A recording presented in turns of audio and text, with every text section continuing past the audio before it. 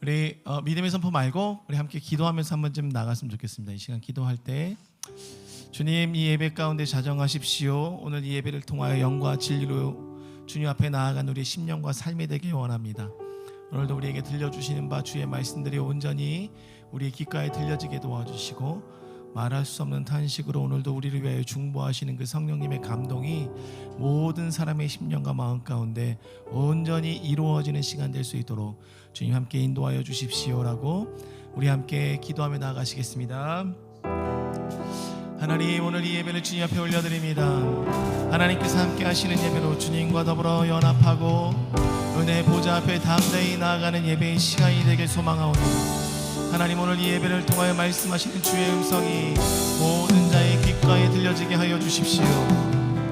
우리가 일주일 동안 주님 앞에 나아갔었지만 실패했었던 모든 마음들이 있었다면 그 마음들을 위로하여 주시고, 다시금 오늘 주님 앞에 다시 한번 새롭게 서길 원합니다. 이전 것은 지나갔다 선포하시는 주님의 말씀을 붙잡고 나아갑니다. 새롭게 하시는 주님과 연합하여 나갈 것을 결단하며 나아갑니다. 하나님, 강력하게 우리의 인생을 핸들링하여 주십시오. 주님께 이끌림 받길 원합니다.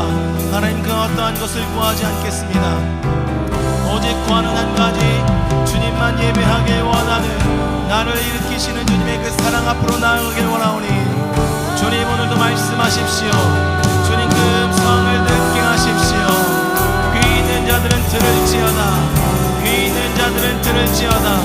귀 있는 자들은 성령이 말씀하시는 주의 음성을 온전히 들을지어다.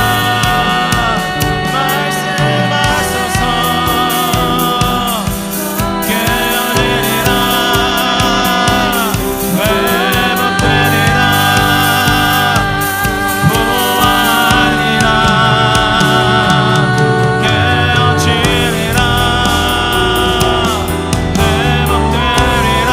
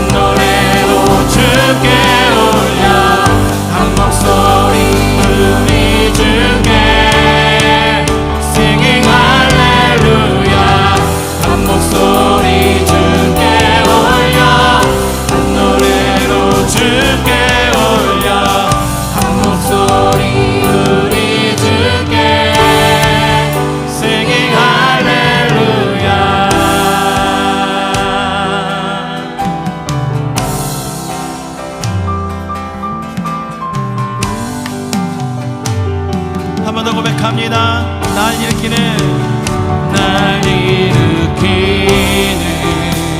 주님의 사랑 어둠 속에 아멘. 빛 가운데로 슬픔 거두시고 믿음 주시네 마음 치유해 결박을 피고 자유케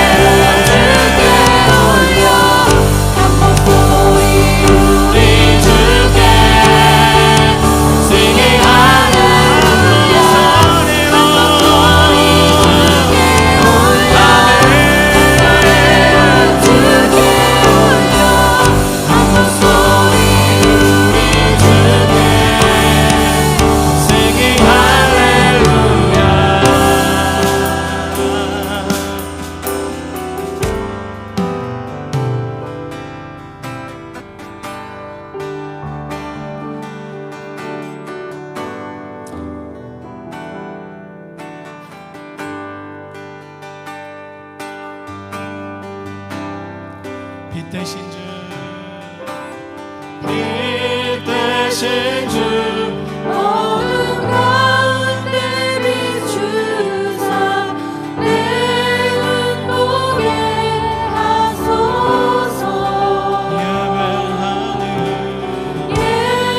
예배하는 선한 마음 주시고 산소망이 되시네. 빛 되신 주 빛 되신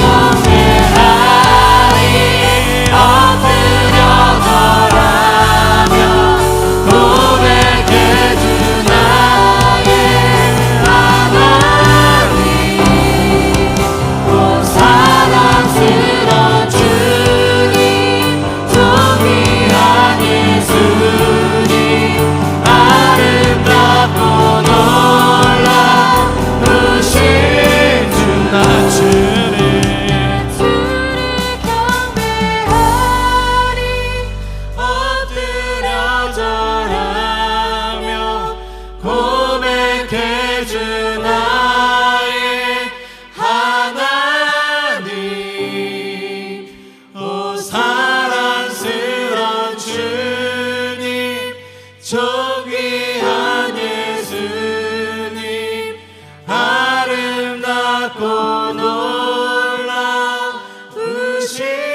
주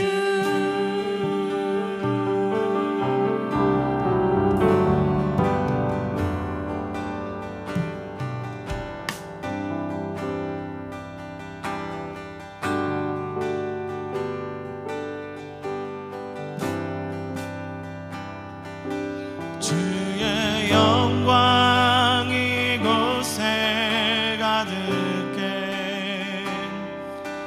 우리 선의 주님과 함께 찬양하며 우리는 전진하리 모든 열방 주볼 때까지 주의 영광 이곳에 가득해 소원합니다 우리 손에 주님과 함께 찬양하며 우리는 전진하리 모든 열방 주볼 때까지 주의 영광 주의 영광 이곳에 가득해 주의 영광 손에 주님과 함께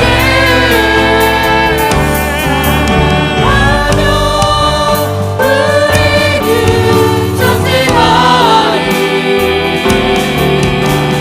모든 열방 주볼 주의 영광 이곳에 가득해 우리 손에 주님과 함께 찬양하며 우리는 전진하리 모든 열방 주볼 때까지 내는 주의 영광을 봅니다 내는 주의 영광을 보니 아멘 우리 가운데 계신 주님 그 빛난 영광 온 하늘 덮고 그 찬송 온 땅 가득해 내는 주의 주의 영광을 보내 아멘 찬송 가운데 서신 주님 주님의 얼굴을 아멘 찬양하네 권능의 발을 드셨네 주의 영광 이곳에 가득해 우리 선에 주님과 함께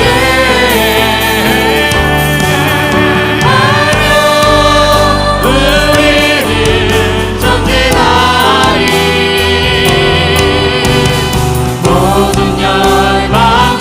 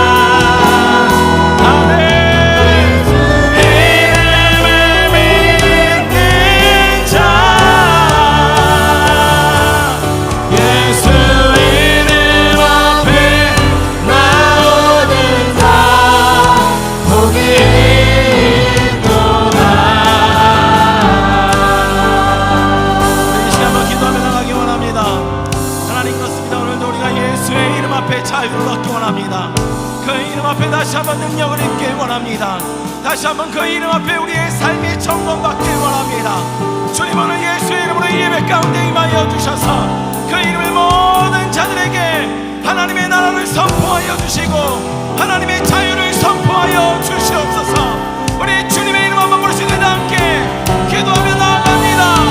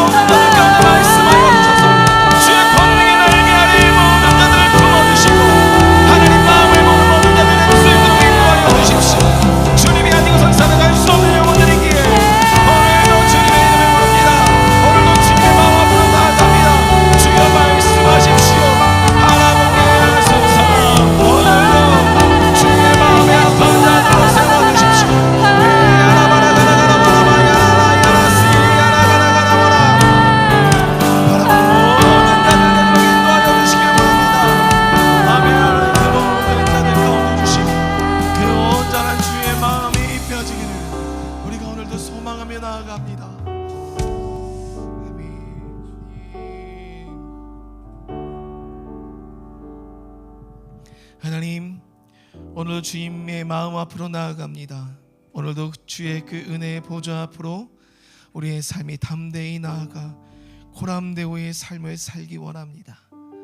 오늘도 말씀하시는 주의 말씀 앞에 우리의 심령들이 다시 한번 점검받게 도와주시고 하나님께서 원하지 아니하셨던 불필요한 것들이 있다면 드러나게 하시고 가시돋치게 하셔서 잘라내시고 그 뿌리의 근원을 뽑아내시는 하나님의 은혜를 맛보는 시간 되길 간절히 소망합니다. 하나님, 오늘 예배를 통하여 위로받을 자들 위로받고 도전받을 자들 도전받고 새롭게 다시 한번 주님께 나아가기를 결단할 자들 결단하게 도와주셔서 오늘의 이 예배를 통하여 다시금 주님을 만나 배웠고 주님의 얼굴을 배웠다라고 고백하는 욥의 고백이 우리 모든 성도님들의 삶 가운데 이루어지고 열매 맺길 소망합니다.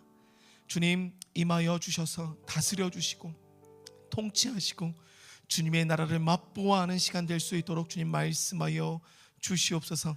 오늘 특별히 귀하게 조슈아진 선교사님께서 말씀을 전하여 주십니다. 하나님, 그 말씀을 통하여 우리 가정마다 주님의 말씀이 선포되고 그 메시지가 새겨지게 될 터인데 새겨진 그 하나님 아버지의 그 말씀의 마음들을 받아 누리는 시간 되게 도와주시며 아비가 어미에게, 어미가 자녀에게 가정 안에서 누리는 참된 복과 은혜가 무엇인지를 오늘 귀하게 깨닫고 다시금 삶에서 적용하고자 하는 온전한 믿음의 결단들을 말씀 가운데 허락하여 주시옵소서. 무엇보다도 우리 사랑하는 성도님들, 마음은 원이로되 환경과 또한 육신의 연약함을 통하여 오늘 이 자리에 나오지 못한 우리 성도님들 계십니다. 하나님, 그들 동일한 주의 성령의 은혜로 묶어주시고 한 성령 안에 서로 교통함으로 중복케 하여 주셔서 하나님께서 연결시켜 주신 그 사랑의 삼겹줄의 끈들이 끊어지지 않고 늘 계속해서 연결되어 그들에게도 하나님의 성령의 은혜가 공급되는 시간 될 수 있도록 그들 가운데 임하여 주시옵소서. 하나님, 이 시간은 주님의 것입니다. 주님 흠양하여 주시고 받아 주시옵소서. 주님께서 함께 하심을 믿으며 살아계신 예수 그리스도의 이름으로 감사하며 기도드립니다. 아멘.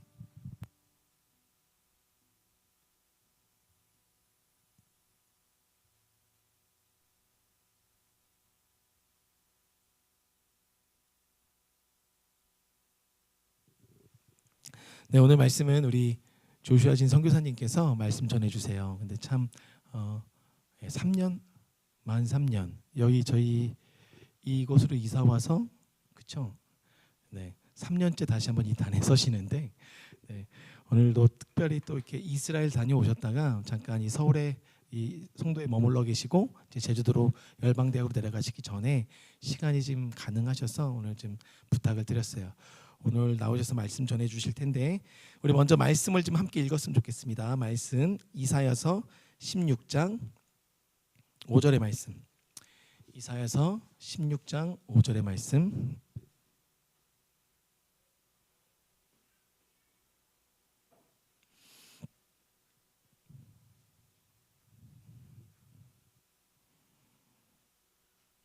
네, 제가 가진 구약성경 986면에 있습니다.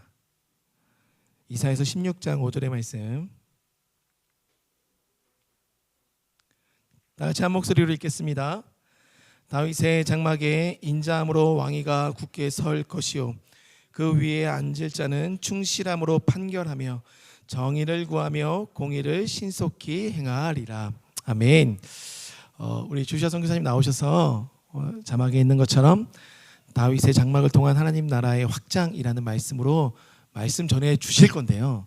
여러분 우리 조시아 선교사님이 근래에 여러분들 귀를 좀 뚫으셨습니다. 예, 그래서 여기 뭐가 좀 보일 거예요.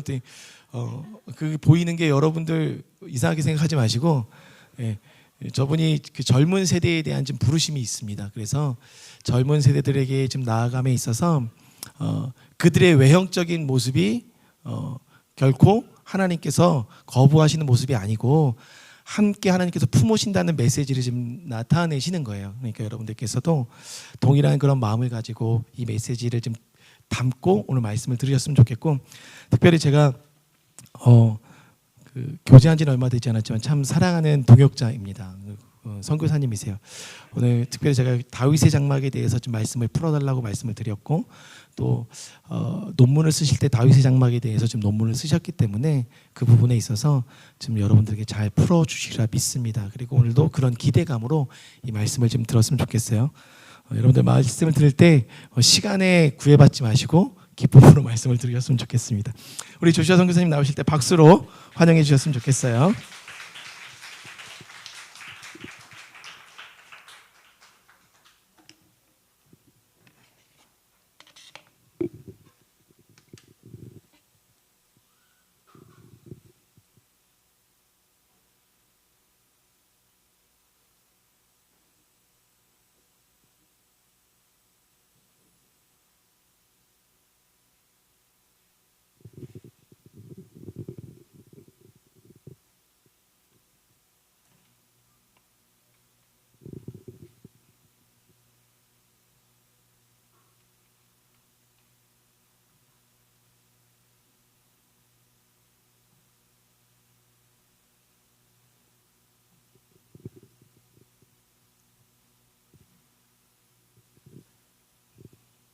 네, 할렐루야. 만나서 반갑습니다. 네, 참 너무 오랜만인 것 같습니다. 네, 3년 만에 여러분 만나서 너무 반갑습니다. 말씀대로 다윗의 장막이 마지막 때 어떤 영향을 끼칠 것이고 어떤 영향을 해야 되는지, 어떻게 하나님 나라가 확장하는 것에 대해서 오늘 부족한 하나님의 종으로서 주님 앞에 말씀을 전하고자 합니다.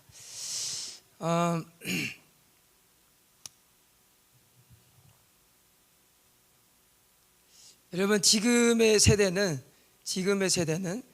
우리가 생각하는 시간과 우리가 생각하고 있는, 또 우리가 바라고 있고 우리가 원하는 시간대로 흘러가는 때는 분명히 아닙니다. 아멘이시죠?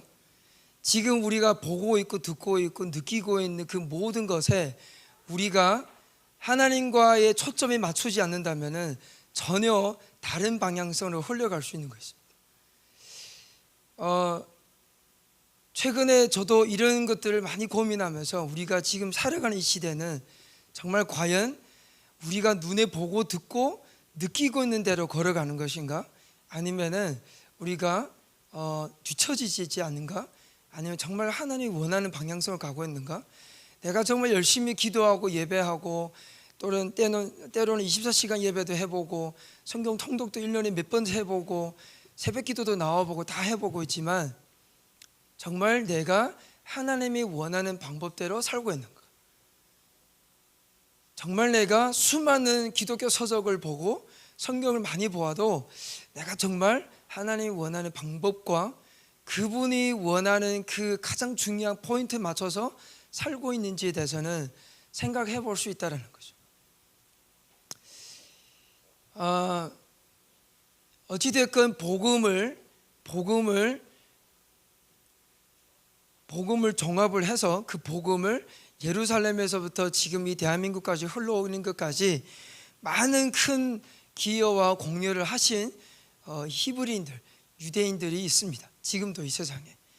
그러나 이 유대인들, 이스라엘이라는 나라에서 유대인들이라는 이분들이 본인들이 또 이제 이 캘린더를 책정하고 하는 그 캘린더 가운데 지금 5784년이라고 이야기하고 있습니다. 그것이 과연 학자적으로 맞는 것인지 고고학적으로 맞는 것인지 우리 신앙적으로 맞는 것인지는 각자 의견이 다 다를 수 있습니다.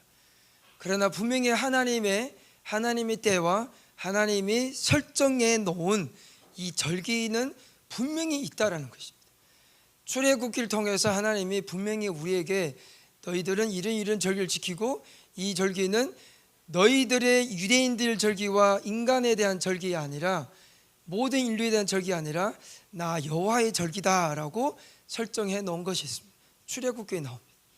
그리고 나서 그것을 좀 더 종합해서 어떤 표현을 하냐면 이제 신명기 23장을 통해서 이 하나님이 모든 인류에게 7가지 절기를 설정해 준 겁니다. 그 중에 절기가 이제 곧 내일에 바로 옵니다.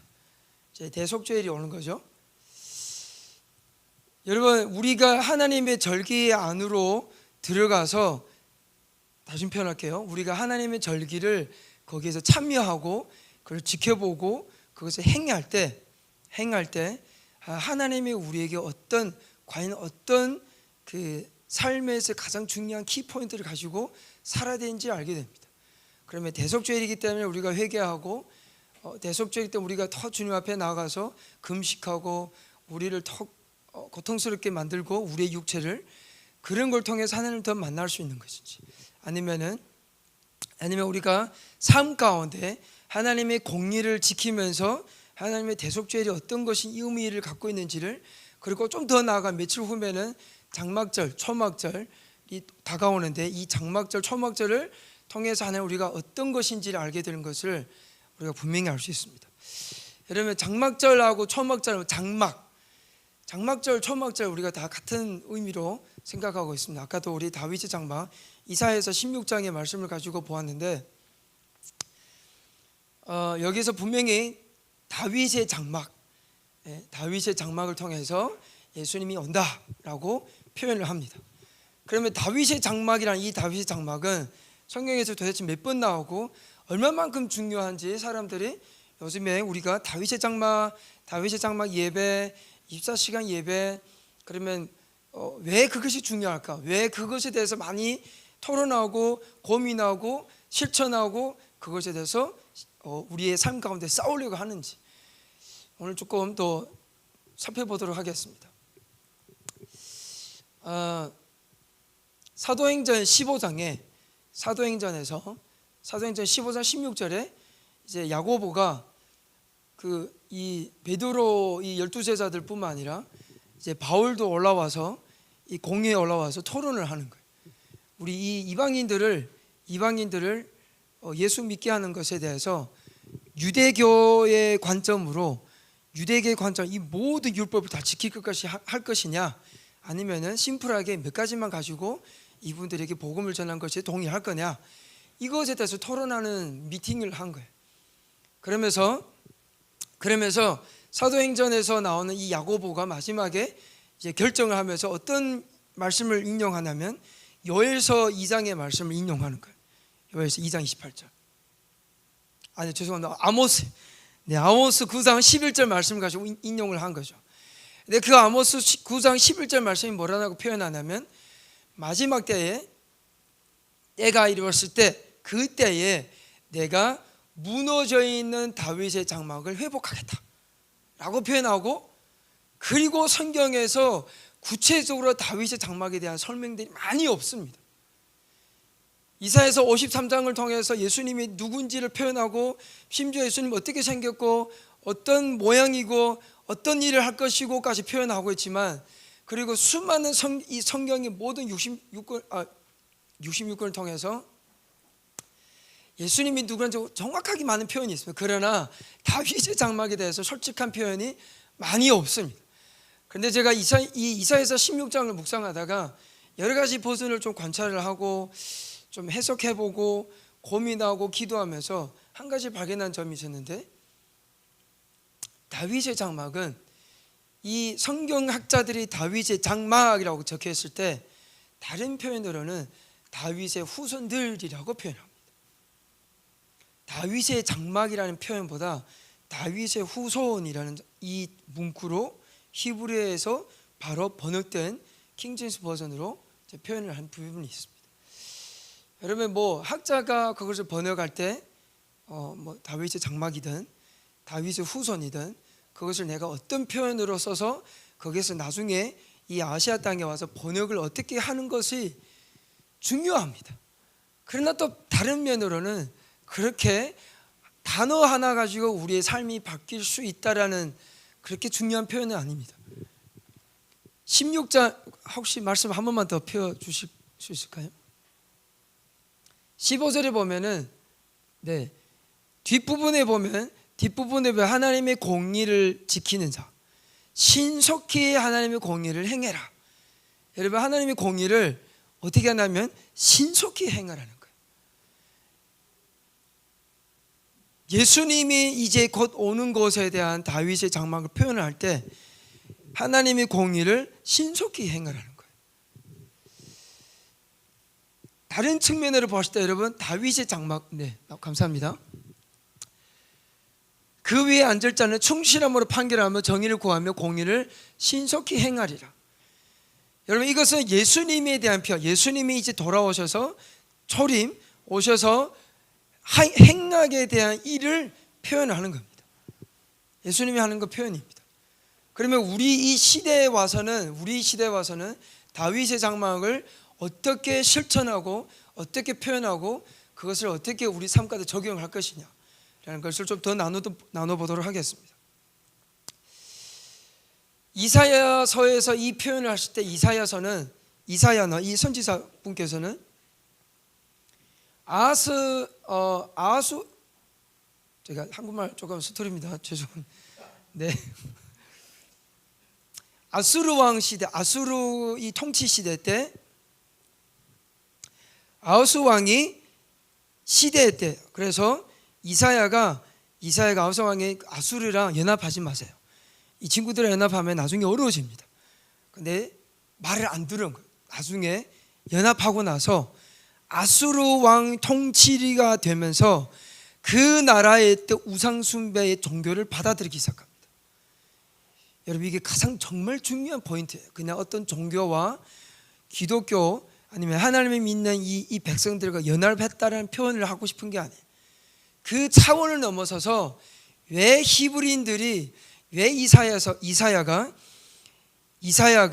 이 유다 지파, 유다 왕들에게 그렇게 하면 안 됩니다라는 것을 그때 엄청나게 반대를 했는데 불구하고 그것을 나중에 타협을 합니다. 그러므로 인하여서 그 이후로부터 이 유다 땅의 모든 종교가 타협이 되고 우상 숭배가 시작하게 되는 시점이 되는 거죠. 여러분 다윗의 장막은 실제적인 존재했던 텐트였습니다. 40년 동안 있었고요.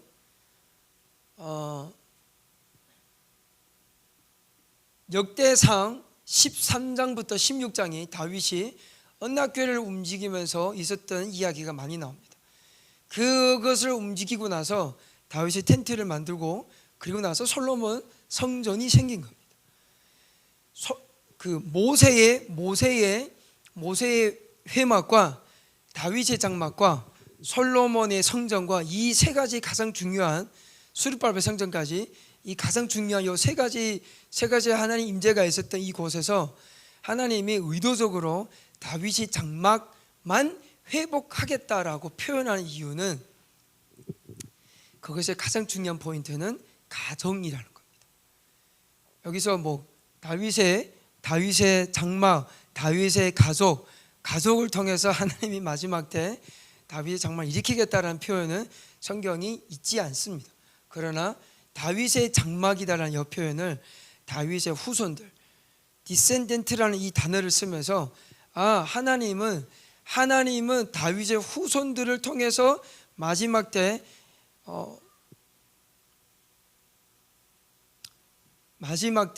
이 열방을 회복하고 하나님의 나라가 확장하겠다는 것을 그 문자적인 의미로 찾아볼 수 있다는 것입니다. 최근에 저도 지금 한 주 조금 안 됐거든요. 한 주 전에까지 이스라엘 가서 한 달 정도 가서 조금 살고 또 관찰을 하고 좀 배우고 저희 학생분들과 함께 시간을 보내고 또 우리 강지훈 목사님이랑 또 다른 교회 목사님과 함께 좀 이제 같이 모여서 교제하는 시간들을 가지고 왔습니다. 근데 저도 이번에 이스라엘에 가서 좀 시간을 보내면서 한 가지 발견을 좀 더 했던 부분이, 지금의 유대인들은 히브리인으로 이름을 불렀을 때, 유다 족속으로 이름이 유대인으로 바뀌기 전에 히브리인으로 있을 때부터 지금까지 변하지 않은 것이 한 가지가 있어요. 그것이 샤밧이었습니다. 지금도 샤밧을 하고 있고, 샤밧 때문에 모든 가게 문을 닫고, 저희 학생분들은 엄청 불평불만합니다. 이스라엘에 나빠서 불평하는 것이 아니라 샤밧 때 아무 데도 못 가고 집에 있는 것이 불편한 거예요. 식당도 밥도 못 먹고 다니면 사람 없어 조용한데 너무 좋은데, 이 샤밧을 채우기 위해서 모든 사람이 집에서 예배를 드립니다. 그러면은 종교인들은 예배 드리고 비종교인들은 어떻게 할까요? 비종교인들도 집에 있습니다. 여러분, 집은 엄밀히 따지면 가정입니다. 그렇죠? 가정입니다. 그러면은 샤밧을 찾는 사람들의 주도권자는 이 가정 안에 있고, 이 가정의 아버지입니다. 아빠예요. 여러분 다 아시는 것처럼 아빠가 이 가정의 샤밧을 추진합니다. 그리고 이 가정의 샤밧을 진행을 합니다. 그리고 아빠랑 엄마랑 함께, 엄마가 촛불을 켜고 이제 자녀들과 함께 하나님의 말씀을 나눕니다. 여러분, 이 전통, 이 문화, 많은 분들이 이것을 이 유대교의 전통 문화라고 이야기하는데, 아까 제가 처음에 표현했던 것처럼 출애굽기에서 그리고 신명기에서 23장에 하나님 분명히 샤밧은 여러분들의 절기가 아니라, 유대인들의 절기가 아니라 나 여호와의 절기다라고 표현합니다. 나 여호와의 절기라고 표현합니다. 이 절기 안에서 가장 중요한 것은 가정이라는 것입니다. 절기를 지켜서 우리가 어떻게 된다라는 것이 아니라, 이 절기 안에서 하나님이 하고자 하는 그 공동체를, 하나님이 하고자 하는 공동체 안에서 어떤 일을 하고자 하는 것을 봐야 된다는 겁니다. 자, 제가 또 다른 접근을 한번 접근해 보겠습니다. 하나님이 천지 창조하고 나서 인간을 만들었잖아요. 처음에 두 사람을 만들었나요? 한 사람을 만들었나요? 아담이라는 사람 한 사람을 만들었습니다. 그리고 나서 하와를 만들었어요. 아담의 갑일배를 취해서. 자, 이 한 사람이 두 사람이 되고 두 사람이 가정이 이루어진 겁니다. 그래서 저도 제 아내랑 결혼할 때 저희 목사님을 저희가 정말 존경했었던, 지금도 존경하고, 그 목사님이 제 주를 서면서 이제 아담과 하와의 이 둘이가 하나 되어서 이제 가정으로부터 떠났다. 이 창세기 2장의 14장의 말씀을, 14절의 말씀을 가지고 설교를 하면서 저희들을 격려했습니다. 한 사람이 하나님과의 관계에 친밀감에서 두 사람의 관계 안에서 친밀감으로 확장이 되고, 그것을 가정이라고 하고, 이 가정이 아이들을 낳으면서 동일한 친밀감 안에서 이것이 확장이 된 것이 공동체가 이루어진 겁니다. 여기에서 한 사람, 형제와 자매가 결합하여서 한 가정이 이루고, 그 가정이 온전한 신실한 가정과 공의를 지킬 수 있는 가정이 모여서 교회가 이루어진 겁니다. 두 가정, 세 가정 공동체가 생기고 그 공동체가 이 마을, 여기에 구, 이 동, 이 시가 생기고 그리고 나라가 생기고 민족이 생긴 거죠. 하나님은 의도적으로 가정을 통해서 일을 하기 시작하였습니다. 아담이 혼자 있을 때 있었던 일과 가정이 이루어졌을 때 일은 분명한 차이였습니다. 하나님도 분명히 가정을 통해 일을 시켰지만 원수 사단도 분명하게 가정이 이루어졌을 때 우리에게 죄를 던져주었어요. 아담이 혼자 있을 때는 분명히 그런 사건이 없었어요. 여러분, 하나님도 우리에게 가정이 중요하다는 것을 태초부터 우리를 가르쳐 주셨다는 거죠.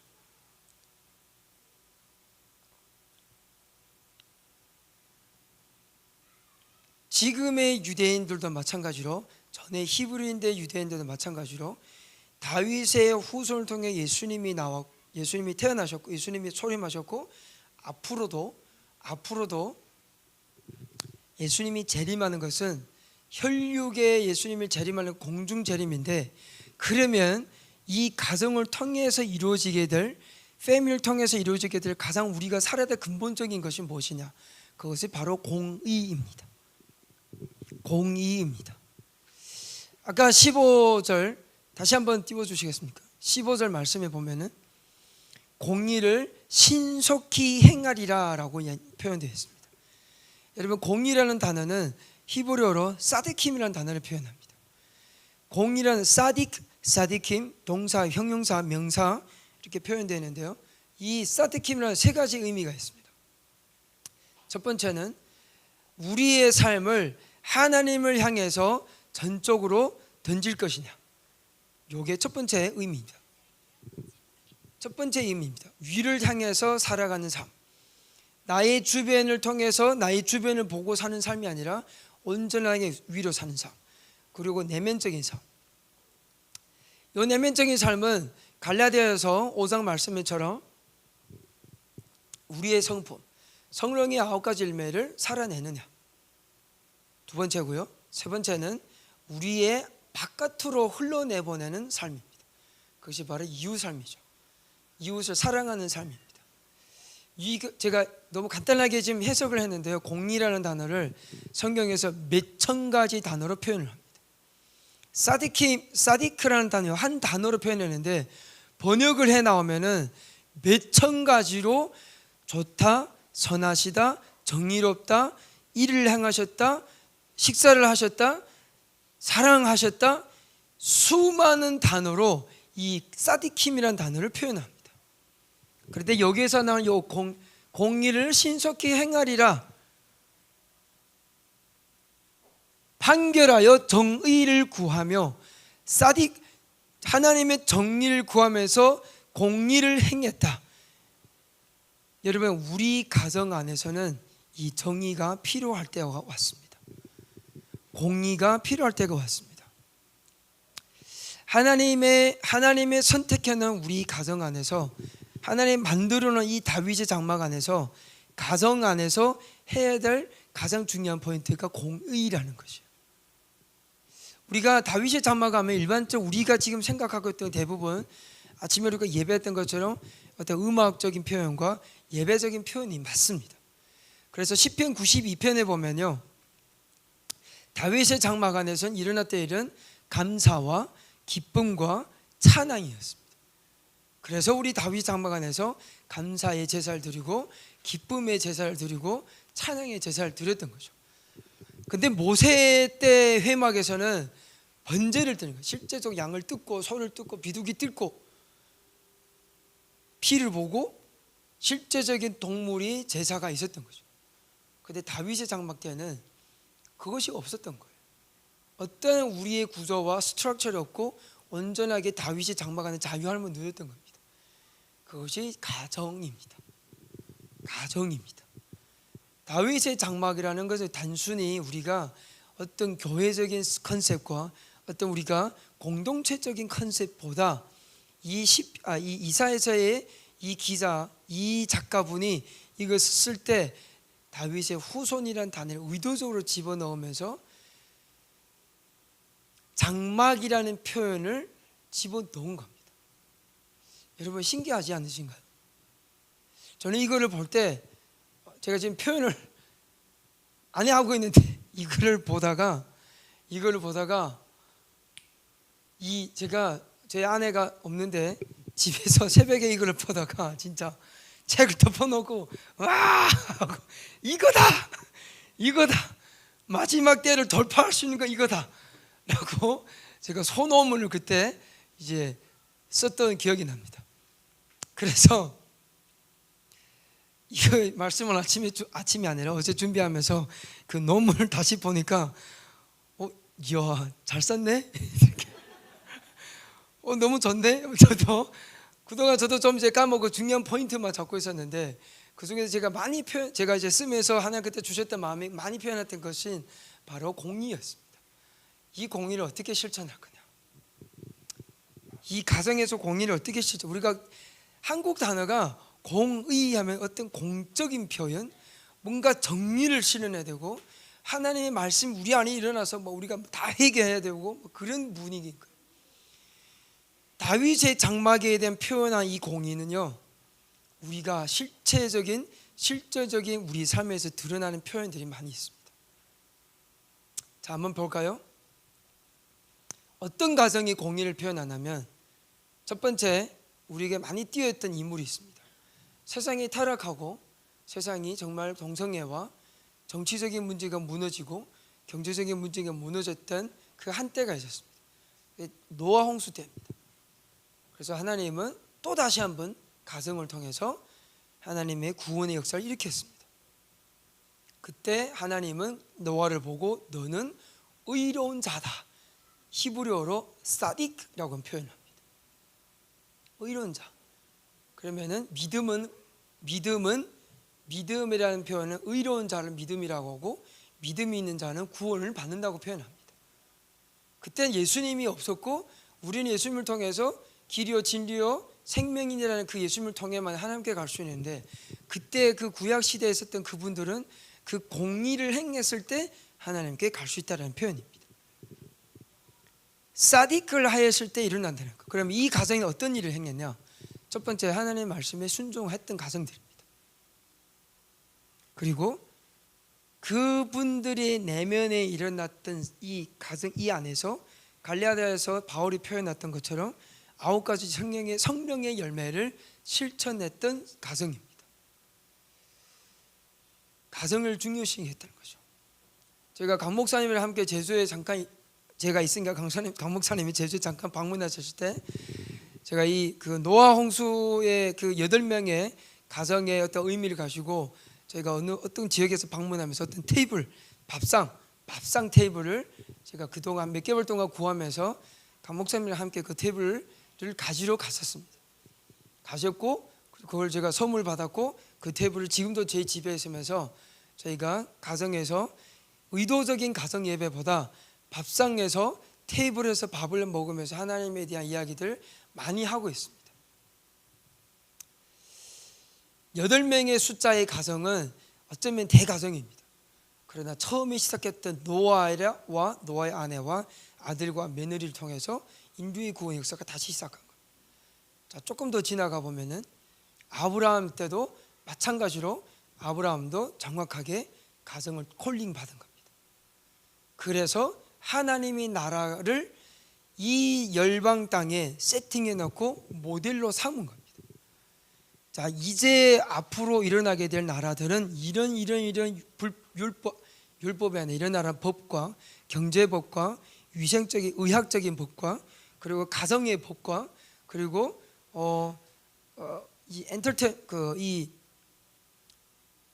문화 영역과 축하 영역과 정치 영역, 군사 영역들을 아브라함이 가정을 통해서 실천하기 시작한 거죠.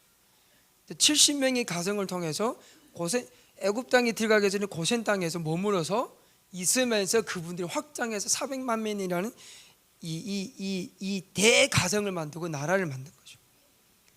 그러면 보이시죠? 한 사람, 가정, 커뮤니티, 도시, 민족과 나라가 되는 겁니다. 첫 번째 시작은 개인이었지만 그것이 가정으로 변화시킨 거죠.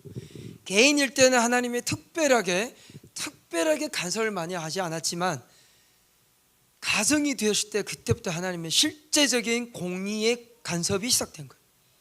제가 표현을 간섭이라는 단어를 쓴 이유는 인간이 할 수 없는 일들을 가정이 되었을 때 하나님은 그때부터 비전과 구원의 역사와 하나님의 놀라운 일들을 행하는 시작점이 되었다는 겁니다. 그 가정의 시작은 개인이었는데 일의 시작은 가정부터 일이 시작됐다는 겁니다. 다른 말로 표현하면 비전과 성취는 가정으로부터 시작되는 겁니다. 아멘이십니까? 그런데 그 성취되는 그 과정에 가장 중요한 단어가 바로 공의라는 단어입니다. 이 사디킴을 노아 때도 행했고 아브라함 때도 행했고, 잠깐 여기서 멈추면 아브라함을 잠깐 보겠습니다. 아브라함은 머리도 좋고 돈도 잘 벌고 경제권도 탁월하고요, 군사권도 탁월하고요, 가정권도 탁월하고 축하 영역도 탁월합니다. 제가 축하 영역 한 가지만 예를 들면은 아브라함이 유대 전통에 따르면 아브라함이 할례를 받았을 때입니다. 근데 마침 그때 이 세 명의 천사가 짝 하고 나타났습니다. 신학적으로 볼 때 이거는 뭐 성부, 성자, 성령이다, 어떤 분들은 그냥 천사 세 명이다라고 표현도 합니다. 중요한 것은 손님이 왔다라는 거예요. 아브라함이요. 그러면 그때 이 형제들은 다 할례를 거행한 거예요. 가장 아플 때 세 번째 날이 왔다라고 표현을 합니다. 고통이 가장 심할 때 그때 아브라함의 명령을 합니다. 자, 손님들 오셨으니까 우리 집에 있는 양들을 다는 아니지만 양들 잡고 큰 잔치를 벌입니다. 여러분, 광야에서 잔치 벌인다는 것은 물 길어와야 되고, 물론 그 우물이 판 거 있겠죠. 수많은 준비들을 해요. 우리처럼 여기서 바로 세팅하고 주문하면 떡이 오는 거 아니에요. 많은 것들을 준비를 해야 된다는 거예요. 가장 고통스러울 때, 가장 힘들 때, 가장 어려울 때, 그 가정에 누군가 손님이 들어왔을 때 했던 것을 잔치를 벌인 거예요. 이 공의를 행했다는 거예요. 공의라는 단어가 성경에서 7개 영역을 나눠 보았을 때, 축하 영역을 보았을 때 거기에 하나님의 공의를 행하는 자들은, 자, 시편에 이런 표현이 있습니다. 제가 지금 찾진 않았는데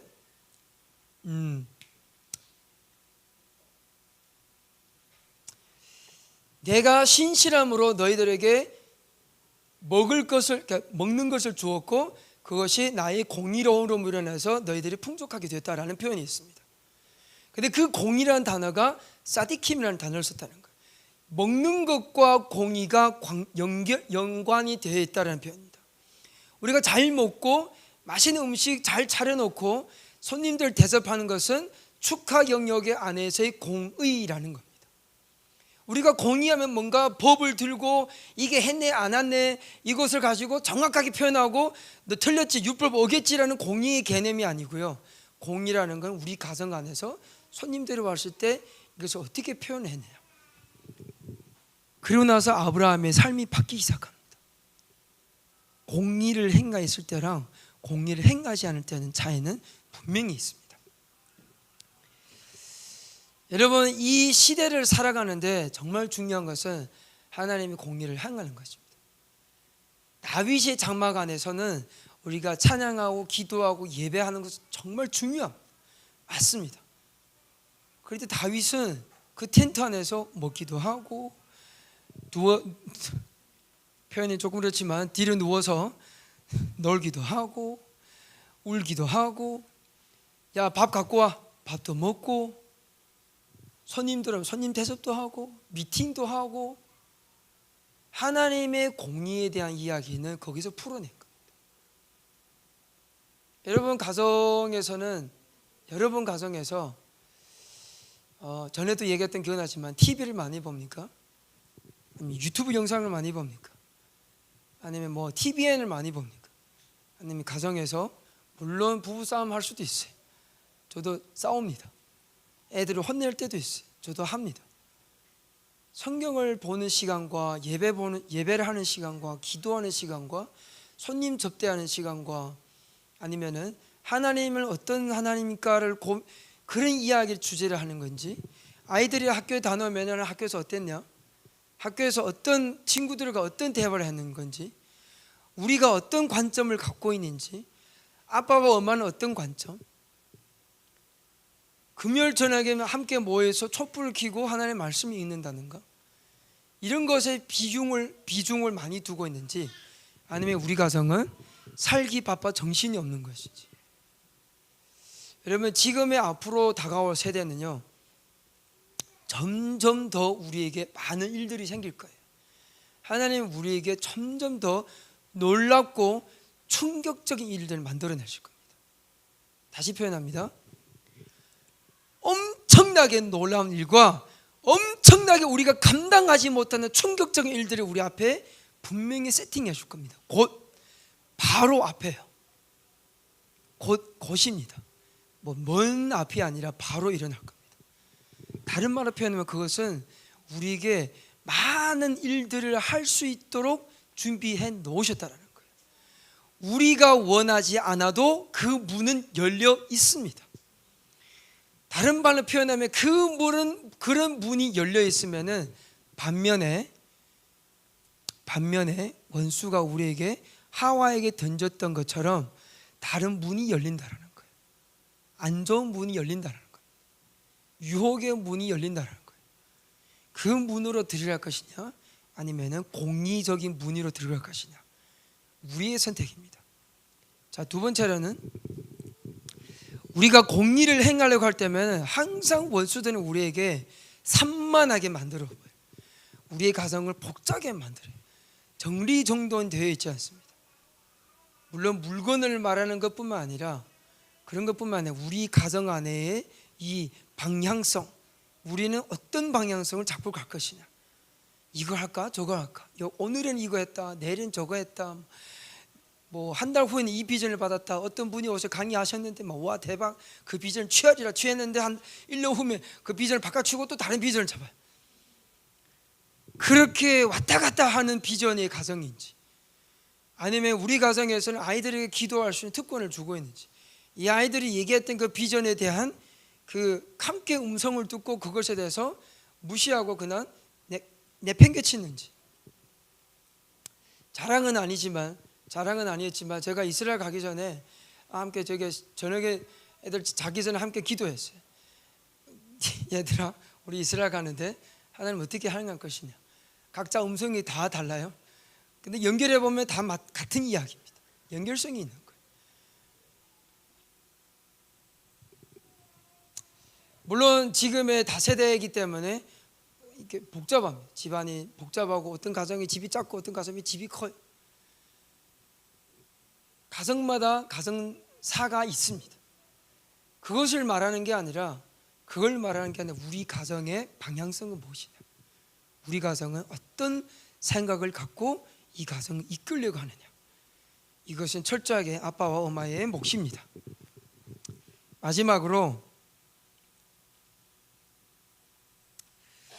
마지막으로 우리 집에 있는 테이블은 어떤 테이블로 행할 것이냐, 이걸 제가 빠르게 넘겨가면서 해보도록 하겠습니다. 네, 보이시죠? 네. 지금의 바로 이 세대를 Z세대라고 합니다. 한국의 국력은 지금 전 세계 6위가 올라와 있고 엔터테인먼트는 7위까지 올라와 있습니다. 전 세계적으로 가장 영향력이 큰 나라가 되겠죠. 성교 파송 순위가 2위인지 사실 지금 3위가 됐고요. Z세대입니다. 이 Z세대는 정확하게 95년생부터 12년생이랑 그리고 15년생까지 포함됐습니다. 3%만이 교회에 정기적으로 출석을 합니다. 3%. 대한민국의 Z세대가 25%거든요. 3%만 정기적으로 다니고 있습니다. 자, 이들의 가장 중요한 문제가 다음 세대 이타될 하나님의 마음을 아프게 한다. 볼게요. 이야기를 세대를 걸쳐서 전해지고 있느냐. 여호수아 4장에 보면은 여러분, 여호수아가 요단강을 딱 건너고 나서 바로 여호수아가 하나님 여호수아에게 12개 돌을 쌓아. 이게 뭔가요? 이거를 기념해서 내가 그동안 애굽부터 어떤 일을 행하는지를 너의 후손들에게, 여호수아 너 말고, 너 세대 말고 너의 후손들에게, 제가 다른 말로 표현하면은 이 다윗의 장막에게, 물론 다윗의 장막 후에 나오지만 이 텐트를 내가 앞으로 그 예수아가 나중에 나중에 오게 될 그 예수님을 마지막 때에 그 이야기를 전해줘라. 여러분, 가정에서 하나님 이야기를 많이 합니까? 우리가 어떻게 우리가 비즈니스 잘해서 잘 먹고 잘 살까? 어떻게 이 정치인들 욕하고, 어떻게 우리 선생님들이 너희들의 선생님 똑바로 가르쳐. 불평이 많이 나오는 것인지 긍정적인 많이 나, 이런 것도 참말로 중요한 겁니다. 자, 사람들이 쉐마하고 포기하지 말라는 걸 연습하기를 원하시는 것이죠. 신앙교육은 가정의 턴, 다른 말로 표현한 신앙교육은 다윗의 장막입니다. 네. 공의를 지키는 무리들이 모여 있는 것을 교회라고 합니다. 바울은 사디킴을 행하는 사람들이 에칼레시아라고 표현합니다. 교회라는 단어는 에칼레시아라고 그리스어로 표현되어 있는데, 그 표현을 공의로운 가정들이 많이 모여있는 공동체를 표현할 때 교회라는 단어를 쓴 겁니다. 여러분, 축복합니다. 공의를 지키는, 공의를 행하는 가정 되기를 축복합니다. 자, 요거를 가장 중요한 마지막으로 좀 정하면서 해보도록 하겠습니다. 리더들의 가르침보다, 목사님과 아빠와 저도 마찬가지로 부모님들의 가르침보다 진정성이 있는 관계를 지금의 Z세대들이 원합니다. 이게 여러분 저도 잘 못하는 부분이지만 가정 안에서 가장 중요하게 먼저 풀어야 될 숙제입니다. 이번에 제가 DTS 리딩을 하면서 대부분 다 Z세대의 아이들이 왔습니다. 그런데 동일하게 갖고 있는 상처는 이 내용입니다. 동일하게 당신 상처를 어디서 받았습니까? 라고 질문하면 첫 번째, 교회. 또요? 하면 가정. 이 수치가 똑같습니다.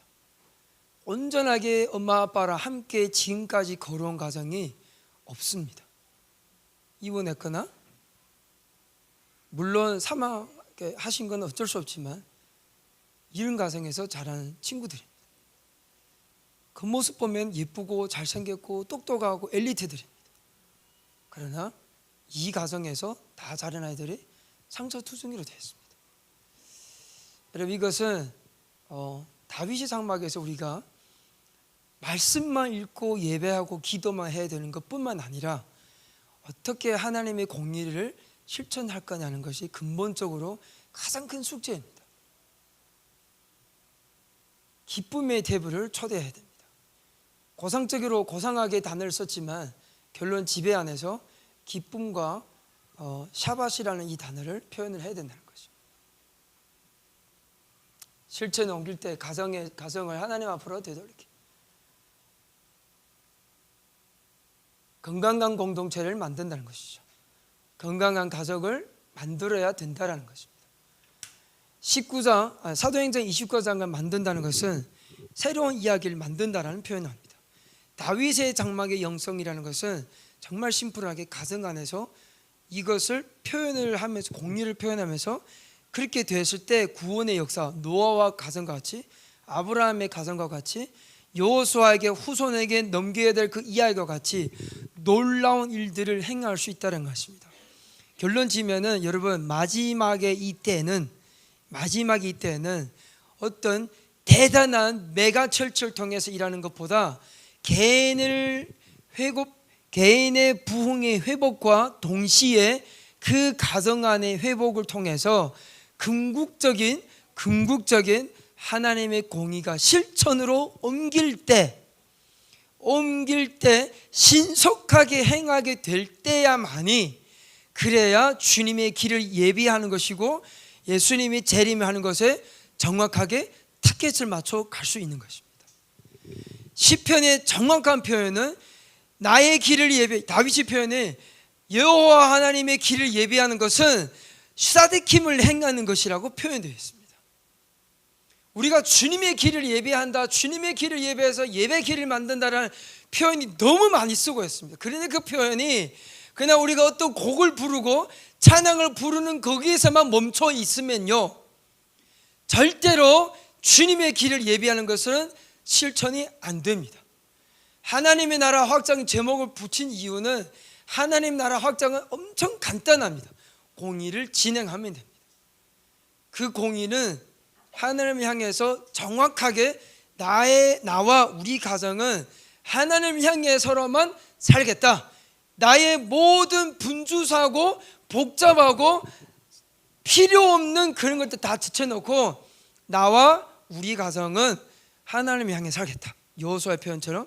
두 번째로는 나는 지금도 연약한 부분이 많지만 그 연약함 때문에 나의 공동체를 흐리는 것이 아니라 나의 안에 있는 9가지 성령의 열매를 맺기 위해서 노력을 하는 것이냐 안 하는 것이냐, 공의가 실천하느냐 안 하는 것이냐. 마지막으로 에클레시아, 공의를 실천하는 공동체들이 모였을 때 나의 개인적인 이익과 우리의 나의 가정의 경제적인 이익과 육체적인 이익, 베네핏, 이 이익을 실천하지 않고 공동체적인 이익을 실천하기 위해서 하는 것이 사디킴이라고 표현하는데, 그것을 하느냐가 하나님의 길을 예비한다는 것입니다. 이 공의를 어디서 한다고요? 다윗의 장막이라는 것입니다. 이 공의요, 여러분, 이게 마무리하겠습니다. 이것은 큰 프로젝트가 아니고요, 이거는 우리의 전반적인 삶을 통해서 이루어져야 되는 것입니다. 아멘. 기도하겠습니다. 하나님, 저희 삶 가운데 공의로운 이 사디크를 행하는 삶이 하려고 합니다. 하지만 주님, 이 공의로운 삶을 살기 위해서 하나님 어떤 우리가 생각하는 그 방법이 아니라 정확하게 하나님의 세팅해 주신 다윗의 장막 안으로 들어와서, 하나님, 우리가 그냥 단순히 종교인이기 때문에 예배, 기도, 말씀이 있는 것이 아니라 하나님의 자녀로서 기도하고 말씀 읽고 예배함을 통함으로 우리의 공의를 실천하는 자들 되게 하여 주시옵소서. 하나님, 우리를 사딕을 행하는 자들이 되게 하여 주시옵소서. 하나님, 우리를 다윗의 장막 다시 한번 초대하여 주시옵소서. 종교인으로서의 초대함보다 하나님의 자녀함으로서의 초대함 있게 하여 주시옵소서. 주님, 이 마지막 때를 다윗의 장막에 정확한 그 안으로 들어가게 하여 주시옵소서. 주님, 이제 장막절이 다가왔습니다. 하나님, 그 절기 안으로 주님, 이 여기에 있는 모든 가정들을 초대하여 주시고, 하나님의 포도잔을 마시면서 주님, 기쁨의 그 장막 안으로 들어가게 하여 주시옵소서. 기쁨의 잔치로 초대하여 주시옵소서. 주님, 저희들을 지속적인 하나님의 자녀로 세워 주시옵소서. 감사합니다. 주님, 예수 이름으로 기도하였습니다.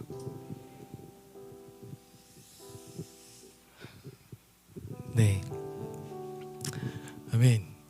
여러분, 다윗의 장막은 가정입니다. 가정이 그 다윗의 장막으로 회복되기 원합니다. 하나님께서 마지막 때에 다윗의 장막을 일으키겠다고 하셨는데, 그것은 먼 곳에 있는 개념이 아니에요. 나부터 시작해서 내가 다윗의 장막이 되고 우리 가정이 다윗의 장막을 이룰 수 있다면, 그래서 하나님의 말씀이 흘러 들어가도록 교육할 수만 있다면, 그리고 그것이 뿜어져 나올 수 있도록 흐를 수 있도록 우리가 살아낼 수만 있다면, 그래서 세상 사람들이 그 공의를 맛보아 알 수만 있다면, 그것이 다윗의 장막을 이루는 시간이 된다. 오늘 그 말씀을 좀 전해주셨어요. 저는 너무 좀 도전이 됩니다. 네. 도전이 되는 이유는 여러분들 우리도 네, 예수님의 피가 흐르고 있습니다. 네, 한 잔이 흘렀는데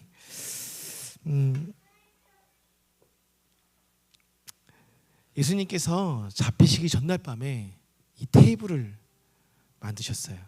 그리고 그 테이블로 제자들을 초청합니다. 그리고 제자들에게 이 잔을 건네셨죠. 즉 다윗의 장막을 그곳에서 실현하셨습니다. 그리고 이 잔을 행하여 마시라. 이 잔은 나의 언약의 피다 말씀해 주셨어요. 거기서 멈추지 않으셨습니다. 예수님은 이 떡을 가지고도 말씀하셨습니다. 이 떡은 나의 몸이다. 이것을 행하여 먹을 때마다 나를 기념하라 말씀하셨어요. 예수님을 기념하는 것, 예수님을 묵상하고 생각하는 것, 그것을 우리 자녀들에게 나눌 수 있는 그 시간을 가정 안에서 가져내는 것, 그 장막 안에서 가져내는 것, 그것이 하나님의 그 사디크, 공의를 이 땅 가운데 실현하는 시간임을 예수님께서 우리에게 알려주셨다 오늘 보게 됩니다. 사랑하는 성도님들, 저는 여러분들에게 감히 권하고 싶어요. 가정 안에서도 이 주스와 떡을 가지고 성찬을 나누십시오. 가장의 권위 아래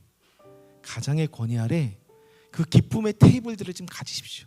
이 성찬은 목사가 진행할 수 있는 게 아니에요. 물론 기독교적인 법은 목사가 진행하도록 만들었지만 여러분들 가정 안에서 세상이 마지막 때가 되고 교회가 무너져가고 핍박 가운데 있을 때, 가정이 교회가 됐을 때는 그 가장이 목사의 직분을 감당할 수 있는 권위자입니다.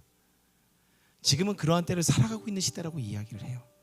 사랑하는 성도님들, 가장이 그러한 권위로서 이 성찬을 나누시면서 기쁨의 테이블을 그 가정 안에 만드셨으면 좋겠어요.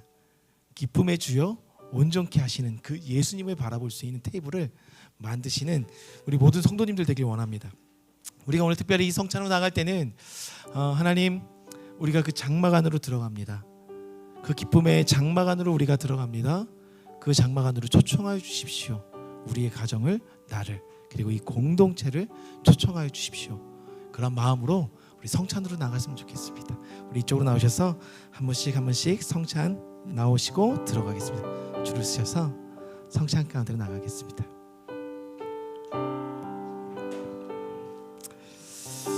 네, 다윗의 장막으로 초청합니다. 다윗의 장막으로 초청합니다. 다윗의 장막으로 초청합니다. 여러분들 다윗의 장막으로 초청합니다. 다윗의 장막으로 초청합니다. 다윗의 장막으로 초청합니다. 하나님께서 여러분들 다윗의 장막으로 초청하십니다. 여러분들 다윗의 장막으로 초청하십니다. 다윗의 장막으로 초청하십니다.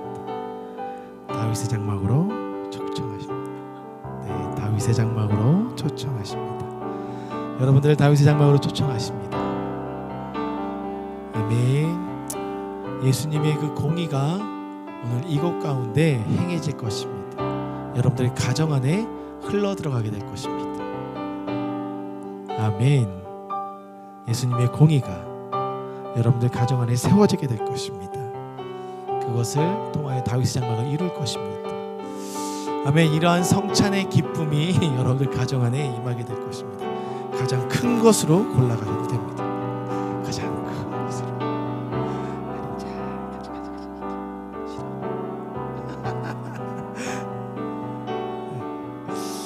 네, 여러분들을 다윗의 장막 안으로 초청합니다. 네, 아이고 하성이도 자 가서 할게. 가서 실수했어. 목사님이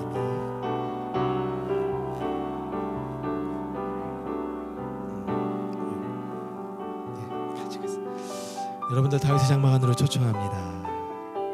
주님과 연결되는 그 장막 안으로 여러분의 삶을 초청하십니다. 그 장막 안으로 여러분을 초청합니다. 아멘. 아멘.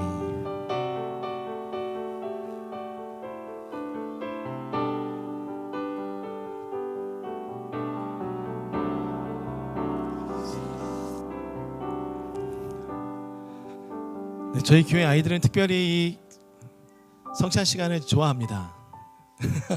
먹을 수 있기 때문에, 마실 수 있기 때문에. 그런데 저는 이 기쁨 또한 성찬이 주는 기쁨이라고 봅니다.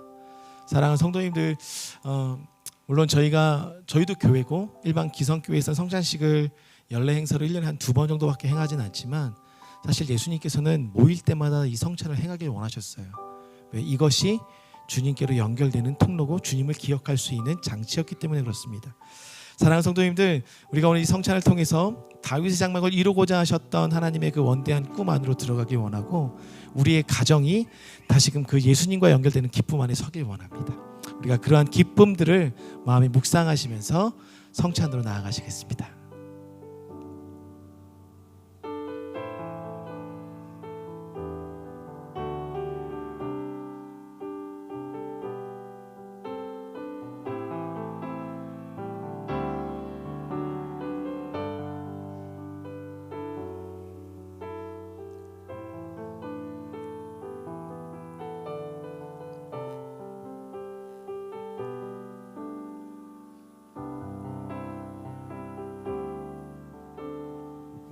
제가 기도하겠습니다.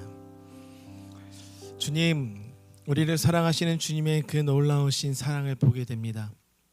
우리를 하나님의 다윗의 장막 안으로 이끄시길 원하셨고, 또 신속히 공의를 행함으로 그 장막을 이 땅 가운데 이루길 원하셨던 하나님, 우리의 삶이 다시금 그 공의를 이루길 원합니다. 우리의 내면이 주님을 향하게 도와주시고, 세상을 바라보지 않고 저 높은 곳에서 우리를 보고 계시는 그 주님께 우리의 시선을 마주하게 도와주시고, 그 마주한 시선 안에 우리 내면의 것들을 다루시는 그 하나님의 은혜 속에 성령의 열매를 맺기까지 우리의 삶을 만져주시며, 그 만져주신 삶을 통하여 이제는 세상 가운데 하나님의 공의를 흘려보내기 원하시는 주님의 마음들을 나누는 우리의 삶이 되길 원합니다. 하나님, 그러한 삶으로 우리의 가정을 회복시켜 주시고, 그러한 하나님의 공의를 행하는 가정이 모여 에클레시아를 이루게 도와주셔서, 온전한 교회를 이루게 도와주셔서, 주님께서 마지막 때에 주의 길을 예비하라 말씀하신 교회가 하나님 이 진리의 교회입니다 라고 말할 수 있는 교회로서 성장할 수 있도록 우리를 다스리시고 이끌어 주시옵소서. 오늘 주신 말씀대로 우리가 이번 한 주간 일주일간 살아내게 도와주시고, 특별히 이번 주는 하나님 이 대한민국에 많은 다윗의 장막이 열리고 그 테이블 안으로 이끄시는 그 명절이 있습니다.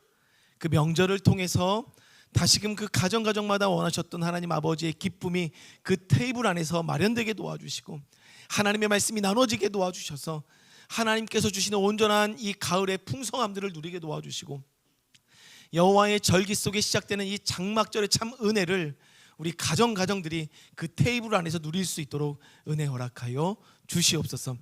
하나님, 깨어진 가정들의 회복을 선포합니다.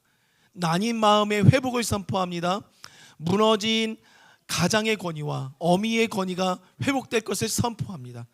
그리고 이 땅 가운데서 온전한 사랑을 받지 못하여 방황하고 있는 이 Z세대의 MZ세대의 그들 마음과 심령 안에 하나님의 나라가 회복되길 선포합니다. 그러한 놀라운 하나님의 역사가 일어나는 한 주간으로 주님 은혜 허락하여 주시옵소서. 하나님, 오늘도 빈손으로 나오지 않고 귀한 예물을 주님 앞에 올려드릴 때에 그 예물을 흠양하여 주시고, 하나님의 마음과 하나님의 생각과 하나님의 뜻이 이루어지는 것에 귀하게 사용되는 씨앗이 될 수 있도록 은혜 허락하여 주시고, 드린 손길을 축복하여 주사 드린 가정마다, 사업의 현장마다 하나님께서 채워주신 놀라운 은혜, 그리고 확장케 하여 주시는 놀라운 은혜, 그로 말미암아 이루고자 하셨던 주의 뜻을 이루시는 은혜들이 있을 수 있도록 역사하여 주시옵소서.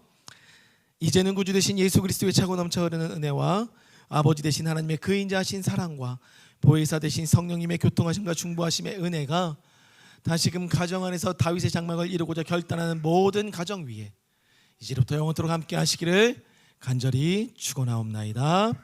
아멘.